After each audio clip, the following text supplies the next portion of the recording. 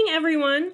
So today I want to talk about one of the readings we'll hear in a little bit from 1 Peter, because in that reading we hear about living stones. And if you're like me, living stones sounds like a very weird thing that we could be called. But really, they're talking about how us as living stones can be used by God to help build great and amazing things. So, but if we're really talking about building, I think a much better analogy is Legos. Yeah.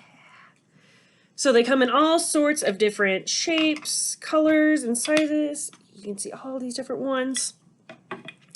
And they're pretty cool because what makes Legos really unique are these different bumps and grooves that help actually bring them all together. Because I don't know if you've ever tried building with rocks or stones, but they don't build nearly as well as Legos do. Now, these bumps and grooves can come in handy for building, but they don't look very pretty. And if you don't forget to take care of your Legos and you leave them out, they can hurt really, really bad when you step on them. And sometimes you wonder why you would build with Legos when you could have nice, smooth, perfect wooden blocks. Now, if we're trying to call ourselves the wooden blocks, that would mean that we're trying to be nice and pretty, nice and smooth, nice and perfect. Now, all the bad things would just fall right off, but at the same time, all the good things would just fall right off too, because nothing sticks when it's nice and smooth and flat. And that goes the same with when you're building with wooden blocks. If you try to stack them up, you can probably get them pretty high. But at the same time, if you try to knock over a wooden block structure, all you need is just a little tap and the whole thing can come crumbling down. So that's why we want to be Legos. So, and we know we're also like Legos because we also have all these bumps and grooves, because we all have our different imperfections, right?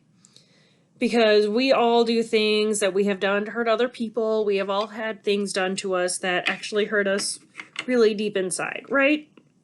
So, but we all don't like all these flaws that we have, all these imperfections. Those can be the things that really connect us. So they can be our little bumps and grooves that bring us together. So for instance, my best friend, I love her to pieces. She's amazing. So we're not best friends because we think the other person is perfect. Not even close. I've done lots of dumb things. She's done lots of dumb things. But at the same time, I know when I do a dumb thing, she can be the first person I call to help me with the dumb thing I did.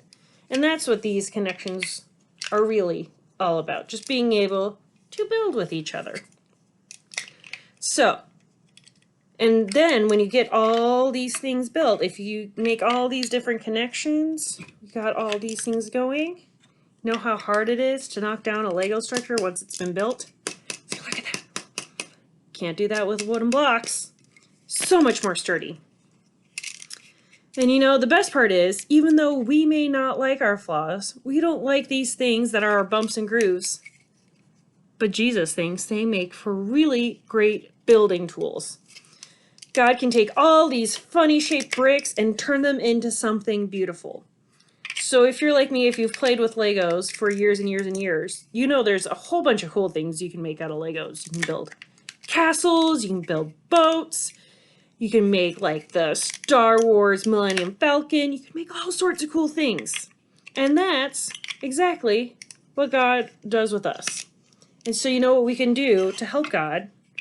We can help share our flaws and be okay with our flaws. Stop trying to be perfect and just be able to connect with everyone so that we can help build with God.